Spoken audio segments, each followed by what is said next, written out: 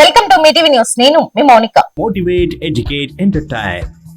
తెలంగాణ రాష్ట్రంలో ప్రయాణికులకు కండక్టర్ల మధ్య త్వరలోనే చిల్లర సమస్య తీరనుంది. బస్సులో ఆన్లైన్ పేమెంట్ కోసం ఆర్టీసీ అన్ని ఏర్పాట్లు సిద్ధం చేయగా మొదటగా హైదరాబాద్ లో పరిశీలించనుంది. ఆపై రాష్ట్రమంతటా వినియోగంలోకి తీసుకురానున్నారు. ఇప్పటికే సంస్థ చేతికి 6,000 ఆటోమేటిక్ ఫేర్ కలెక్షన్ మిషన్స్ అందాయి. ప్రస్తుతం దూర ప్రాంత రూటర్లో ఉండగా త్వరలోనే ఇవి పల్లె వెలుగు వంటి గ్రామీణ ప్రాంత బస్సులలో ఉపయోగించనున్నారు.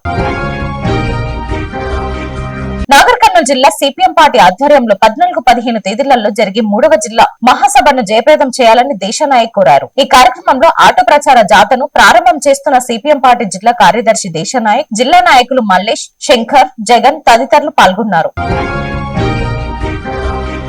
తెలంగాణ ప్రభుత్వం ఇంట్లో లేని పేదల కోసం ఇందిరమ్మ ఇండ్ల పథకం అమలు చేస్తున్న సంగతి తెలిసిందే. ఈ పథకానికి సంబంధించిన ప్రత్యేక యాప్ ను సీఎం రేవంత్ రెడ్డి ప్రారంభించారు. లబ్ధిదారుల ఎంపిక కోసం ఈ యాప్ తీసుకురాగా తొలి విడతలో సొంత జాగా ఉండి ఇల్లు లేని పేదలకు ఇండ్లు మంజూరు చేయాలన్నారు. నియోజకవర్గానికి 3,500 ఇండ్లు చొప్పున మొత్తంగా 4 లక్షల ఇండ్లు మంజూరు చేయాలని ప్రభుత్వం టార్గెట్ పెట్టుకుంది. ఇందిరమ్మ ఇండ్ల కొరకు రాష్ట్ర వ్యాప్తంగా దాదాపు 80 మంది దరఖాస్తులు వచ్చాయని అధికారులు తెలిపారు. రంగారెడ్డి జిల్లా షాద్నగర్ బైపాస్ రోడ్ లో స్కూల్ విద్యార్థులను ఆటోలో తీసుకెళ్తుండగా మార్గ మధ్యలోని బ్రేకులు ఫెయిల్ అయ్యి ఆటో 2 స్తంభాల మధ్య ఇరుక్కుపోయింది.